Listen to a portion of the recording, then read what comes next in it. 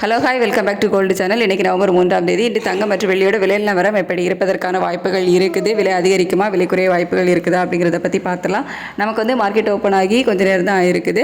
So இப்போ பார்த்திங்க அப்படின்னா நிலவரம் தங்கத்தோட விலையில் வந்துட்டு ஒரு சின்ன அப் அண்ட் டவுன் தான் மாறி மாறி சர்வதேச அளவில் வந்து இருந்துகிட்ருக்கு. பெரிய மாற்றம் எதுவும் இல்லாமல் தான் வந்து இருக்குது.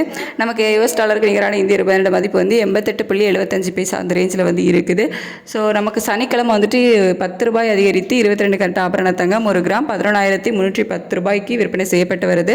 ஸோ இப்போதைய நிலவரப்படி பார்க்கும்போது இதே 11,310 ரூபாயில் இருக்கலாம். அப்படி இல்லை அப்படின்னா ஒரு ப்ளஸ் ஆர் மைனஸ் ஒரு 10 ரூபாயில் இருந்துட்டு ஒரு 50 ரூபாய் வரைக்கும் இருப்பதற்கான வாய்ப்புகள் இருக்குது. ஏன்னா நமக்கு இன்னும் 1 மணி நேரம் கிட்ட டைம் இருக்குது.